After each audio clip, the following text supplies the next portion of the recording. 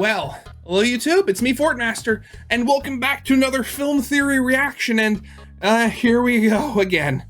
The FNAF movie just changed the lore, as if the lore hadn't been changed enough already as it is. I really like the FNAF movie. I mean, granted, again, as I've said before, there were some problems, some points it got a little slow, and they reiterated Dream Theory, like why Michael was going to sleep so often, just a little too much. But still, very good movie. I've seen a couple of people talking about how the movie changes lore, though. I saw, what was it, Rye Toast? Yeah, it was Rye Toast, and he was asking the question, was the pizzeria in FNAF 1 actually open? Which I think other people have asked in the past as well. Like, was the pizzeria still in operation and you were just the night crew? Or were you doing in-game what was happening in the movie, where you're watching what is essentially an abandoned building during the night so people don't try to break in and steal stuff? And I guess that is a pretty valid question. I mean, the only person you ever, like, even hear talk from in the first game is a recording, and we have no idea how old those recordings are. I mean, the guy dies in the last one, though we don't really know who's like changing the recordings or if that's Mike changing them. Who knows? But yeah, I suspect we're going to be seeing more videos like this in the near future. But yeah, as always, original video is linked in the description if you haven't seen it for some reason. Corner video will lead to my game theory reaction, which, as a side note, this is kind of weird because this is the first time in a while where the film theory has come out before the game theory video. So, that's slightly different. But yeah, as always, with all that out of the way, let's get this thing started then, shall we?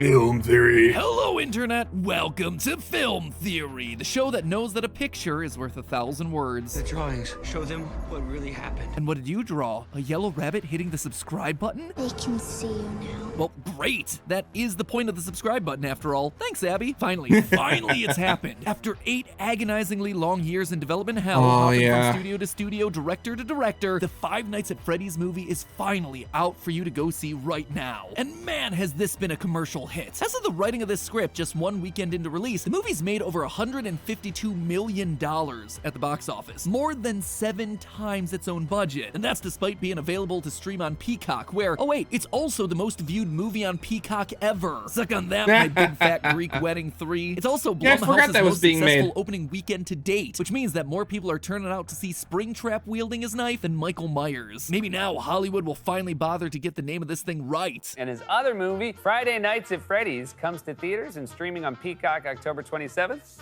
MatPat, don't kid yourself. I highly doubt it. I mean, like, how long did it take just movies in general to be thought of as like art or something? I mean, video game movies have been around a lot. Not a lot longer, not anywhere near as long as just movies in total. So I think it's still going to be a few years, unfortunately, before people start taking this seriously and stop, doing all of this. Nights at Freddy's. What did I say? Friday nights. It's been 8 or 9 years since I first met Scott Cawthorn, who created this. Why do we get it wrong? Nights. Or not. Who cares? Forget them. This thing was made for the fans. From Sparky the Dog to Dream Theory I to forgot. Just a theory. You bet it is, and today we're getting back to those theorist Oh, roots. love Today it. we're theorizing about the actual movie, and boy, is there a lot to talk about here. True story, after the movie, I basically locked myself in the room with Lee and Tom, the film and game theory creative directors, and we busted out our trusty whiteboard to figure out exactly what was going on in the movie and where the story was gonna head in the future, because there were just a lot of details left hanging. What was up with the Balloon Boy figurine? How's no one freaked out by the fact that there are bodies in those animatronics? Wasn't this like the most structurally unsound table for it of all time? That last one, perhaps the biggest mystery of them all. Also, one question I've been kind of wondering is, it's been confirmed that Matthew Lillard, the guy, Shaggy, who played William Afton, he's been signed on for 3 movies. And people are generally thinking that that will be 3 FNAF movies. Because, Springtrap does, well, I mean, originally he made his debut in the 3rd game, so most likely we're going to see the horror attraction in the 3rd game. But what's the 2nd movie going to be like? Because the second game was a prequel. From the writing on like your paychecks at the end of the game, we worked out that the first game takes place in 1993 and the second game takes place in 1987. So are they just going to find another even older abandoned Freddy Fazbear's location with the toy animatronics? Or is it going to be like Mike is going to be investigating and the actual like animatronic portions of the movie are going to be like flashbacks? Or is it all going to be hallucinations? Again, we are years away from a sequel. But it's these kind of questions that keep a fandom alive. Today, we're going to be looking at all the Easter eggs, secrets, and hidden lore from the movie, then comparing those to other parts of the franchise, both the books and the games, in order to predict where the story of the FNAF 2 movie is going to go years before they actually make it. So that's our one job for today, but before we get to it, I also have to shout out our brand new line of officially licensed FNAF theory wear. That's 2 jobs. Yeah, I guess you're right, Vanessa. It is 2 jobs. Anyway, let me tell you guys, these are some of the most fun, unique items that we've ever done. And not only are the designs fun, let's be honest, there's also a lot of just FNAF stuff out there in the market, which is also why we wanted to create the highest quality clothing out there, complete with rubber patches, embroidered detailing, soft teddy fleece. This stuff isn't just FNAF merch, it is FNAF apparel. Oh, in case you were wondering, every item in this collection had to be approved by Mr. Scott Cawthorne himself. Look, we're so tight, I even know how to pronounce his name right. And in this collection, we've got something for everyone. Do you like graphic tees? Check out the retro band t-shirts featuring Freddy, Purple Guy, and of course, Music Man. You want something a little bit more subtle? Gotta love it. Prints of the confetti tee and the employee tee will make you look good without screaming, "I'm a FNAF fan" in everyone's face. If you're in the mood to do some cute FNAF bounding, the Chica Cheer bundles got you covered with a Chica themed top, skirt with underskirt, and high socks. Yeah, you know what, Matt, I don't think I can pull that one off, unfortunately. I don't think I have the svelte enough figure for it.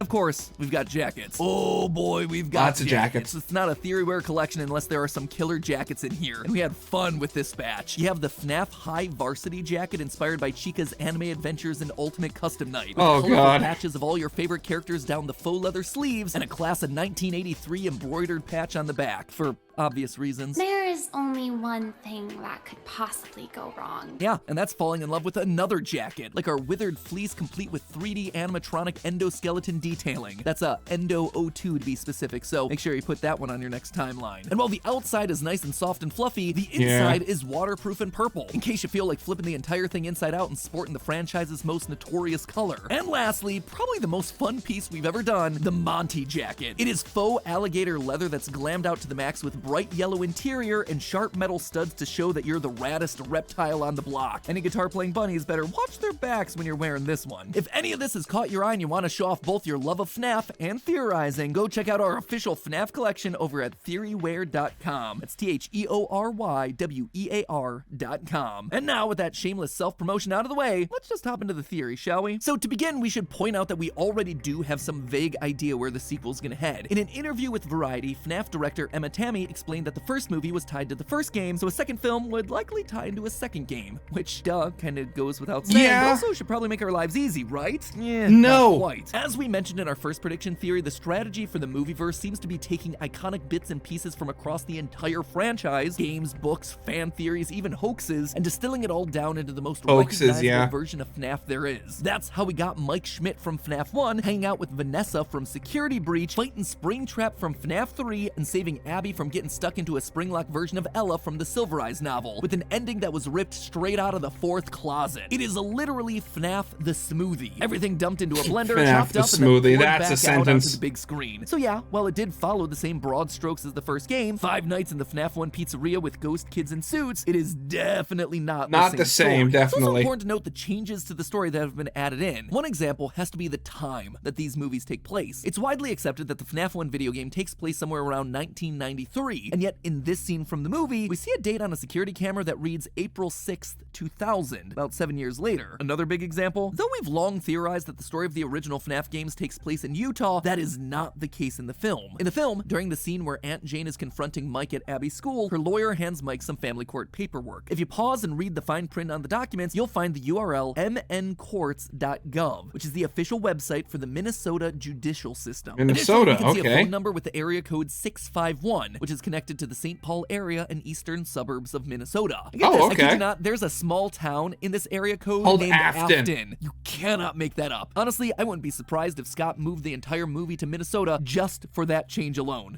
I mean, given the fact that he specifically named Matt's character Ness in honor of his really funny theory that Sans from Undertale was actually Ness from Earthbound, I wouldn't put it past him. Lastly, there's also this decal on Vanessa's police cruiser, GFPD. PD stands for Police Department. That's Yeah. pretty darn obvious, but then what about the GF? Well, honestly, that could stand for any city or township with those same initials, from Grand Forks to Glen Falls to Great Falls, but included in that list is Granite Falls, just 2 hours west of St. Paul, whose cop cars, at least according to the website, follow the exact same black and white color pattern that we see in the movie. Speaking of clues from the cars that are seen throughout the movie, we can also reasonably assume that Mike's brother Garrett was kidnapped in the early 80s, based on this shot from Mike's dream sequence. By taking the rear end of William Afton's car here and reverse image searching for it, we're able to identify this as a Ford Fairmont Futura. Specifically, the model is coming from between 1980 and 1983. You can immediately see the connections here between the unique vertical taillight design and the boxy body shape. But why then does that matter? Well, Mike's brother Garrett is likely the first child that Afton abducted and killed. In Mike's dream flashbacks, we very clearly see Garrett holding a toy airplane as he's being taken away in the back of Afton's car. And where do we see that airplane again? When Vanessa reveals Afton to be her father. She's holding the same airplane. That right there, that is cold. Gifting toys from your victims to your daughter.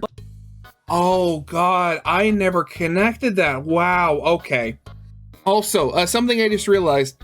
So if Gareth was like abducted, and let's say that Mike's family bought the car new, you have a car that was produced, you know, from 80 to 83. That's still, and the movie itself takes place in the year 2000. That still leaves a lot of room where you could still possibly depict the bite of 87. And that's not even going into the fact that, like, they could also show, like, the bite of 83 where the crying child died. There's so many bites in this series.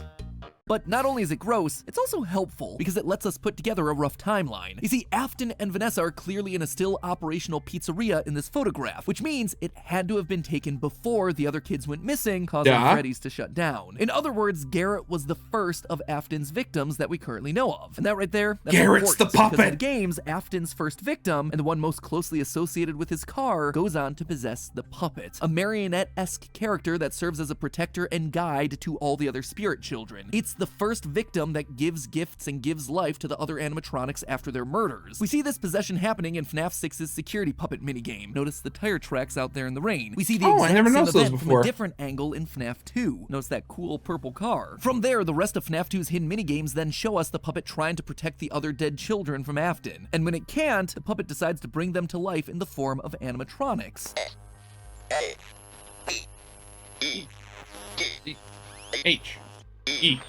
The robotic voice here is spelling out save them. Does it sound familiar? It should. That same robotic voice appears at the very end of the movie's credits. C-O-M-E-F-I-N-E-M-E. Once the whole thing wraps, the voice is spelled out, come find me, in the exact same way that the puppet communicated to the player in the FNAF 2 minigames. And who needs to be found in the movie? Garrett. See, the fact that they never resolved what exactly happened to Garrett was a big thing that stuck out to me when I was watching this thing. After all, it was Mike's entire motivation and his only clear outright connection to both Afton and Vanessa. His fate is definitely going to come up again in the sequel, that's going to be important. All the signs are pointing to the puppet from the FNAF 2 video game. What's more, did you notice the music that was playing during that section? It's a music box. Another nod to the puppet, who in the games is kept calm by constantly winding a music box. In short, Garrett is possessing the puppet in this world, and here he is literally trying to tell Mike and the audience to come find him in the sequel. But stop for a minute and consider the method of Afton's crime here. It is different from all the rest. He's out in nature. He kidnaps Garrett and presumably leaves him alive longer than his normal victims. He keeps the kid's toy and then gives it to his daughter. They're even in a completely different state. Unlike the rest of Afton's crimes, where he just lures kids to the back of the pizzeria and kills them, here, things feel premeditated. They feel personal. And that would align with both the games and the books, where Afton's first murder isn't just a random killing, it's targeted against one person, his business partner and the original builder of the animatronics, Henry. Small souls trapped in prisons of my making, now set to new purpose. A wound first inflicted on me, but then one that I let bleed out to cause all of this. In fact, in the novel trilogy, Afton does the exact same thing that he does in the movie. He kidnaps Henry's daughter Charlie before ultimately killing her. Basically, all signs point to Garrett not just being a random victim, but rather to him being the son of Afton's partner and rival, Henry, the man who helped Afton build all of the animatronics. See, as I was piecing together the details from the movie, I started to notice something. The Afton and Schmidt families from the movie seem awfully close to the family structures from the games, except in reverse. You see, in the game series, we know that Afton has himself 3 children, Michael, Crying Child, and Elizabeth. The oldest son, Michael, plays a prank as a kid, which gets his younger brother killed. Yeah, the bite of 1983. From there on, Mike becomes obsessed with atoning for his mistake, eventually becoming a security guard and releasing the spirit of his brother into the afterlife. Then there's Elizabeth, who eventually gets trapped and dies inside a baby, a suit that is increasingly looking to be a spring-lock animatronic. Now let's check out the Schmidt family over in the movie. You have, again, a family of 3, 2 boys and a girl. Mike, the older brother, is a security guard who's obsessed with atoning for the time that he got his younger brother Garrett kidnapped and killed. Then there's Abby, who's nearly trapped and killed inside the Ella suit, a spring-lock animatronic. They literally match 1 for 1. Meanwhile, Afton in the movie seems to have himself only 1 daughter, Vanessa, just like Henry had himself 1 daughter, Charlie, in the games. So if they've switched dynamics, that could make Mike's dad here the representative of Henry Emily from the games. Her mom died a little while back, and Dad, he couldn't handle it, so... They leave Mike's dad's fate vague. To me, looks like it was deliberately done in case they ever wanted to bring Mike's dad back into the story in a role similar to Henry's. But perhaps most interesting of all, if you look in the background of the employee training video, you can see a man who looks very similar to Mike's dad working on the animatronics, just like Henry would have done in the game's canon. Granted, it probably is because I didn't pay attention, but I never caught that. Huh. Okay. This is also, as far as I can tell, an uncredited performance, but one look at Mike's dad, this guy from the training video, and the way that Henry's portrayed in places like the character encyclopedia, it shows a visual design connection between the 3 of them. But not only would this connection fit with the established game lore, it would also explain why William Afton recognizes Mike. Early in the movie, we recognizes see the Afton name. have a moment of recognition when he reads Mike's last name. Mr. Michael. But according to US Census data, there's around 166,000 people with the last name Schmidt here in the US. So either this is just a case of pure movie coincidence, or William recognizes not only the last name Schmidt, but Mike Schmidt specifically. In the That's why he has like, he does that kind of like, wait a minute, could it really be sort of look to him? General age range that his partner's son would be. That's why he's so sure that this is someone from his past. More evidence for this? The fact that William knows that Mike has a brother without it ever being addressed. This is perfect. First I killed your brother, now I killed you. Sure, we can assume the spirit children told him. Little ones tell me you have a sister. Or maybe Vanessa, but that's a bit... I out of context, that one line, the way he says it is so freaky. The way he says it, as well as like the voice modulation from the suit, bad touch territory. Less satisfying than him just knowing and taking out his vendetta against every member of the Schmidt family. And for those of you saying that Henry's last name is Emily, it might be, but that's never actually been officially confirmed. We've always thought it was a bit bizarre to have as a last name, and let's be honest, it could just as easily be Charlie's middle name, Charlotte Emily Schmidt. But last, let's talk about William. You'll notice that I just pulled the line that indicates that the spirits talk to William throughout this movie, which is a very important detail. In fact, if you notice, they really gave Afton a lot of explicit control over what the spirits are doing here. See, while he seems to understand what was happening in the games, it never seemed like he could outright control the animatronics. In the books, it's a little bit different. He eventually is able to control the animatronics, but not until the last novel of the trilogy. Here, though, he seems to understand all of it from the get-go. They tell him about Abby. He understands the importance of the pictures on the wall. What have you done? And as the spring locks in the suit are going off and he's dying, what does he do? He basically looks directly in the camera, says his catchphrase, I always come back, and puts on the Springtrap helmet. Why? What sense would that make? Well, it's a pretty clear indication that this Afton explicitly knows how possession works. And he knows how it works, so he's basically doing everything in his power to make sure that it happens to him. It involves being completely put inside of the suit like this. Putting on that helmet is basically Afton accepting his fate, knowing that he'll be back, able to possess the suit and survive. So right here we have ourselves a smarter Afton who is years further in his understanding of the spiritual world than either the Afton in the games or the books. Which leads me to this, an animatronic buried in the parts and service room of the pizzeria. One that you can't see in the movie, but you can see in the behind the scenes footage from Dawko during his tour of the movie set. Yeah. An animatronic with rounded human skull, silver eyes, and human teeth. While this could just be background set dressing, I don't think that's the case. I think originally it was, because I remember I watched those, and from what I understand, I think a fair number of the background animatronics and stuff like that, unless they were specifically made for the movie, in parts and services, were actually from other Hanson projects. I think, I'm forgetting which, but I think there was something from what was it, the Dark Crystal? No, that was it. The Dark Crystal was the movie. I think there were a couple of animatronics from there, and another movie I'm forgetting the name of. But yeah, I think there were other animatronics from other previous Hanson movies, just fill out the scene and stuff. But if they can make something like that work into the next movie, I mean, work with what you have to save money. This is truly an Afton who understands the power of agony in granting eternal life. If this is an Afton who has gone so far as to build a Freddy torture chair for extracting remnant from his victims, I'm thinking his experiments with building passable robotic humans has already begun. This isn't just me playing the Robot Gregory game again. Oh god, yeah. Explanation for the parts and services room to have an animatronic with human teeth and realistic human head proportions and eyes. And above it, hanging from the top of the shop, a robotic hand with 5 fully articulating fingers and human proportions. No other animatronic in this series fits this sort of description. Does this mean he's already built a humanoid, or is this just an early phase of his experiments? It's unclear, but it does give a bit more credit to Vanessa's bloodless stab wound at the end of the movie being more than just an excuse to get itself a PG-13 rating. My real guess, though, is that there's a robot. Again, that's another thing I never even thought of or noticed.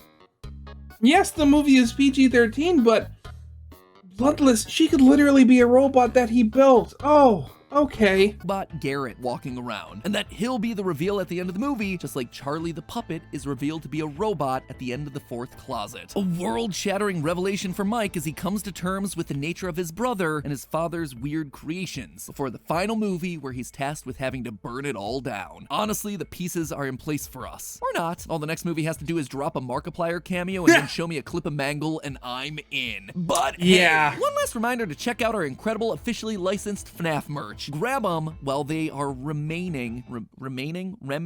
The last thing you want is the agony of knowing that they've sold out when you wanted one. And as always, my friends, remember, it's all just a theory. A film theory. And cut.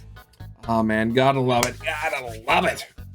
Of course, the FNAF movie has just come out. It's still in theaters, and we are literal years away from the sequel. But the fact that this has happened at all, it still absolutely baffles me and excites me, and just all those big words. But yeah, as always, original video is linked in the description if you haven't seen it yet for some reason. Corner video will lead to my game theory reaction. And with all that out of the way, I hope you guys liked it. If you did, leave a like, subscribe if you have not, and I'll see you guys next time. Goodbye.